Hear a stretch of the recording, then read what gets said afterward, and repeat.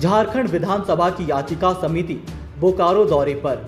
Bokaro circuit house में सभापति उदय शंकर सिंह की अध्यक्षता में बैठक आयोजित की गई, जिसमें समिति के सदस्य ममता देवी, नागेंद्र महतो, तिवारी महतो मौजूद रहे। इस दौरान जिले की याचिकाओं पर समीक्षा की गई। समीक्षा के दौरान समिति विभाग के द्वारा दिए गए रिपोर्ट पर संतुष्टि नजर आई। सीसीएल क्षेत्र में बिजली, पानी और स्वास्थ्य को लेकर रिपोर्ट मांगा गया है। वहीं सड़क निर्माण अधूरे रहने पर सरकार के फंड को नहीं मिलने की जानकारी सामने आई है। सभापति उदय शंकर सिंह ने कहा कि जो भी याचिका जिले में थी वह पूरी हो चुकी है। कई याचिका पुरानी थी जिसका समाधान हो चुका है।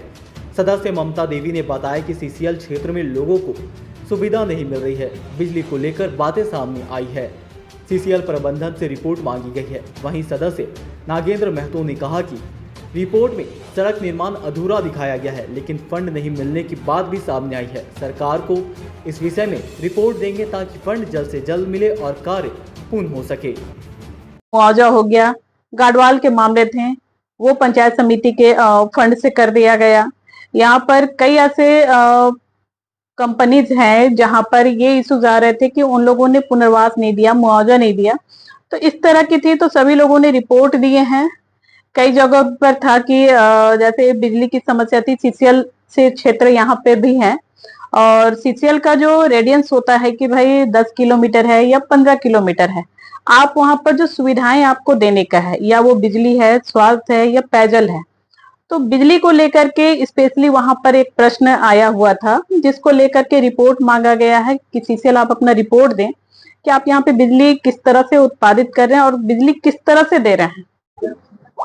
मीटिंग देखिए, जो याचिकाएं हम लोगों को मिलती हैं वो तो कोई शिकायत रहती है तभी, लेकिन लोगों ने सही जवाब दिया।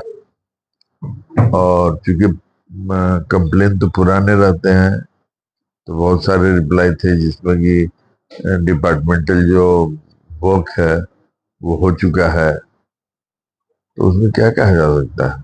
लेकिन ऐसे सब मिला जुला के संतोषप्रद था। रोड के मामला में तो हम लोग जान रहे हैं कि रोड का काम तो जो आधा अधूरा पड़ा हुआ है, उसको इंस्पेक्शन करने से कोई फायदा नहीं। जब आपको हम योजना दिए हैं और योजना का कार्य का वो जो कुछ राशि नहीं निर्गत कर रहे हैं, तब तक आप योजना बनाइएगा कैसे? इंस्पेक्शन करने से क्या होगा? गोल मोटल रिपोर्ट आ गया है कि आधा अधूरा पड़ा हुआ है।